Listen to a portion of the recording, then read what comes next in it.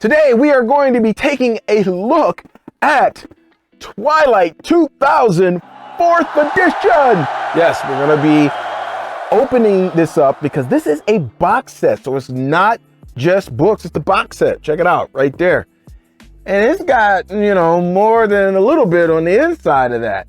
Now, if you remember, for those of you who've been around for a little while, you may have caught the video where I actually unboxed this, kind of, sort of. I mean, I did. It was part of an Ultimate Freely Publishing unboxing, but it was all in a shrink wrap and everything. So obviously I've already gone ahead and opened up the game in that regard. And we got a little bit to cover today, and everything in this video today, there will be links down in the description. So if you want to go and grab a hard copy of the game, you can, or a digital version. All of that stuff will be down in the description below. Let's do our thing, chicken wang, and roll that transition. Twilight 2004E is a post-apocalyptic survival tabletop role-playing game. Your character is thrust into the aftermath of World War III, where everything has just gone to pot. And it is not only survival of the fittest, but survival of the most desperate. So let's get into this by looking at the player's manual. Now, as you can see here, it looks like a survival guide, right? The whole look of it, even the illustration. And that's because that's the point. The point is to survive in this game. Now, the outside has a matte finish, but the inside pages more of a semi-glossy, as you can see there. See that? So they're more semi-glossy. This is a 152-page player's book right here. And I'm still trying to look, make sure you guys can see everything. But let's see how things have changed real quick, because I got the original player's book from the original Twilight 2000. Well, in 24 pages. 24 pages from the original, y'all. Yeah, back then you had to use the old noggin and the imagination and stuff, you know what I mean? Not that you don't have to do that today, but we got a little bit more help today. Let's go ahead. Let's take a look at the player's manual and what is on the inside and what you can expect. So the first part, Chapter 1, is an intro. So if you never played tabletop RPGs, kind of standard fare, it'll tell you what a tabletop RPG is. It gives you some basics about the setting, and then it gives you a little bit about the campaign framework in terms of your PC group dynamic. In Chapter 2, you get into the meat and potatoes, the nuts and bolts, your character creation, picking your nationality, getting your attributes together, the whole nine on that. Chapter 3, we start getting the skills and specialties, description of those things, and how to do skill rolls, how to push a roll, what the success ratio is, because it has a little table, and then you're almost done, but then all of a sudden it switches to combat and damage in Chapter 4, and it really shouldn't have did that. Chapter 5 should really be Chapter 4, and you'll know what I'm talking about here in a second.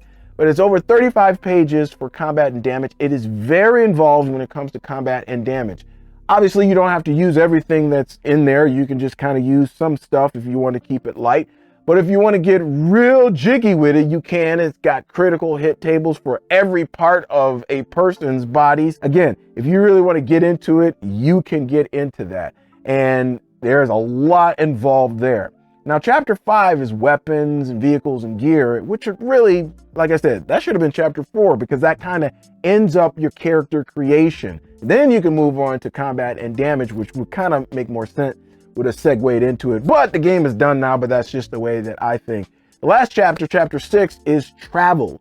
And travel is a thing. It is an actual mechanic in the game, because you'll be going from place to place, your characters will. And so things like hunting and foraging and scrounging and all the rest of that, there is a mechanic for that. And it's a big deal, and we'll get into this when we start talking about the referee manual. But that's it. That's the whole kit and caboodle there when it comes to the player's manual. Let's get to that referee's manual right now. The referee manual, it looks the same, similar, right? Now, I don't know if you can tell, but this here is more of it's kind of the same color, but it's got kind of a greenish tint that's kind of mixed in there also. This is 112 pages for the referee. Let's take another trip back, y'all. Let's take a look at the referee's manual from first edition. There it is. Oh yeah, look at that. 30 something pages. As a matter of fact, check that out. There's more in the referee's manual for first edition than it is for the player's manual. What? All right, let's take a look on the inside when it comes to the referee's manual and what to expect there. Now, inside the referee's manual, the first thing it's going to talk to you about is going to give you a history of what has gone on before the whole World War III thing, which is kind of scary with what's going on today, right now, at the recording of this video, actually in real life, in terms of what's going on in Ukraine and all the rest of that. But anyway, it gives you a full history, kind of how everything went down. And then after that, we start getting into some referee tips, you know, how you do things in Twilight 2004E as a referee. It gives you some tips on that. Even if you have been a referee for a long time, I always read those, you know, because it might give you some ideas and things to make running that particular game better. And so especially is something that you need to read if you've never refereed and you want to have your hand at it. So then it goes into another section after that in chapter 3, which is encounters. Now this is a big thing. 52 encounters that it has listed there. And this obviously works hand in hand with the travel from the player's manual. And you can have different kinds of encounters all over the place, picking and choosing. And then later on, after you've got it down pat, you can just create your own because you can see the format right there in the referee's manual. After that, we have factions and forces, different kinds of organizations and things that have popped up on the landscape. And so you have some that are military, others are not. Others are different kinds of organizations and communities that have formed as a result in the aftermath of all of this. The last part of this will be the scenarios or survival quests, so to speak. And there's 4 of those in the back of the referee's manual that you can run for your particular group. So that is what is inside of the referee's manual, but we got more than that. So let's take a look at the other little extras that come in the box set of Twilight 2004E. Yes, it has maps. It has 2 regional maps. This is a big map. This is 864 millimeters, which is 34 inches, by 558 millimeters, which is 22 inches. This is not small. One side of the map is central Poland, and then you have the other side of the map, which is central Sweden. You know, Free League had to throw Sweden up in there, you know, in the hizzy. What's up? And so you have this regional map. You'll again use this for travel. However, again, we're doing a comparison, right? Let's look at the regional map from the original. Yeah, it's right here. That's it. That's all you got. Right there, folks. That's the regional map. That's not the only type of maps that the game has. It also has 16 modular battle maps, so you can put these together. So let me show you one here. Okay, so let's say you got this one, and this is a small one, right? So this is 8.5 by 11. It's a smaller one, but you got another one, and you can put them together, or you have another one, you can put it together so you can have it made out of 2, or just 1, or 4, or however you want to do it. You can mix and match across the board, and you can put them together in different ways until your heart is content. So when things start going down on the encounter battle maps and you need some visual representation to know what's up, they have included 108 tokens, and these are cutout tokens. So you have up here, you have like your fighters, the one's standing, one's running, right here, one's kneeling. So you have this different representation up here. You have different vehicles, you have different condition tokens down here, like smoke and fire. This right here, I think is supposed to be for defense. And then you have a couple over here for targeting. Down here, you got some danger tokens for like mines and chemicals and things like that. So this was pretty cool because I really wasn't expecting that. But that's going back to that kind of old school flav feel. And I really appreciate that they included that inside of the box set. and you will too. Okay, so we have a couple more things that's included inside of the box set. One is 15 custom dice here, and I'll just show that to you on the B-roll right there. You guys get a close look at it. Then you also have encounter cards. And this is very similar, I'm guessing, because I haven't opened these up, but I'm thinking this is probably going to be similar to what is actually inside, if not a direct copy of what's inside of the referee manual when it comes to the different encounters. But then on the flip side, you have your initiative cards. That's just pretty much standard fare with Free League Publishing. They always have initiative cards that you can use like this. You have some handouts for your scenarios. I don't know exactly how and I'm going to move that in a little bit closer for you, but I'll show it here on the screen too.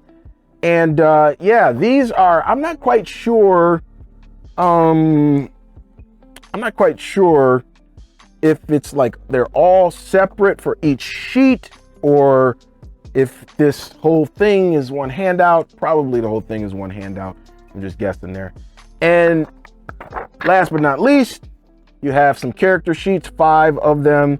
And you can always go and get the PDF copies of those if you run out of these, and make some color copies after you're done with those. But wait, there's more. All right, so I got a couple of accessories here that you can get with the game. The first one is the GM screen. That's what it looks like. It's one of those shorter screens. I'm an old school cat. I like my 8x11 stands, but hey, this is pretty good, pretty solid in terms of the cardboard and all the rest of that stuff. And hey, you take anything you can get, because it's just going to make it convenient for you to run the game no matter how tall it is, even though it can fit more information, but you know, it's the way that it is. But you can go ahead, you can grab this because they have its own custom screen. You also can grab more dice if you want. There are 9 custom dice inside of this set that you could buy separately from the dice that actually come with the game, in case you need it. And then there is the weapon deck. Now the weapon deck has weapon cards on the inside. On one side is going to be an illustration of the actual weapon, and there's 62 of these. And on the other side is going to be the stats for the weapon. So if you want to hand these out to players who have their weapons and they just want to keep it in front of them, you can do that. Or you can just make copies of it and then give them out to different players who have the same weapon, because they only have one of each inside of here. So this is the weapons deck, and you can buy that separately. So there it is, folks, the whole kit and caboodle on Twilight 2000 4th edition. That is quite a few things. You get quite a bit, and it is a reasonable price over on Amazon right now. I think it's just a reasonable price, period. And like I said, links for all of this stuff will be down in the description below if you just want to get started and go and grab your copies right now.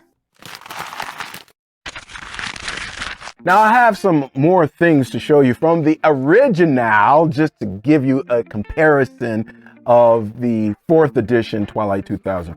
So here's the equipment list right here. And I think, how many pages? I don't think you have the amount of pages. Yeah, 11 pages of the equipment list. That's not bad, but obviously it's just the equipment list. You don't have any illustrations or things like that. The print is pretty small, so actually I believe that this may have more pieces of equipment. Nah, no, it may. I'll have to do a comparison there, but here's the 11-page equipment list right here. Here is the skill list for the original right here. Just one sheet. There it is, down the line right there. And then on the back there, it has some information. You also have, this is a handout, adventure handout right here, front and back.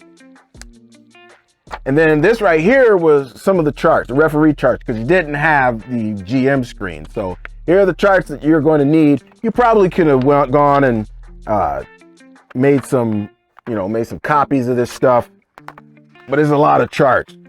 Twilight 2000 1st edition, nothing like Twilight 2000 4th edition. I'm just telling you that right now. So if you want to go and try to grab that one, you'd be in for a shock.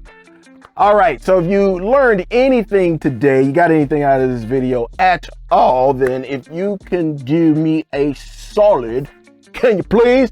And go ahead and crush the like button. Also, if you want to stick around, I come out with videos every Tuesday and Friday, God willing. And the way for you to stick around here with the Leet Nation is to go ahead and hit that subscribe button and the notification bell. So the question of the vid: what new thing did you learn today about Twilight 2000? Was it the existence of the game that you didn't even know that it was here? Maybe some of the different things that it covered, or you can also regale us with your experience with Twilight 2000 if you've ever played it before. So let me know just about anything that's Twilight 2000 related. Maybe you have a question about the game, or maybe you want me to do some more. Let me know. If you want me to do, you know, more granular stuff with Twilight 2000 4th edition, then I need to know something, y'all. Let's get it going down in the comments below. That'll do it for me. And you know what that means? That means that your boy has got to do his snaggle puss. So exit, stage left. If you've got a game this week, happy gaming, y'all. I pray it is an RPG Elite session that's more immersive, enjoyable, and meaningful. So until next time, God willing, it's me, Servant of Shiloh, saying peace. 5,000 Leets. Yeah, I'm gone.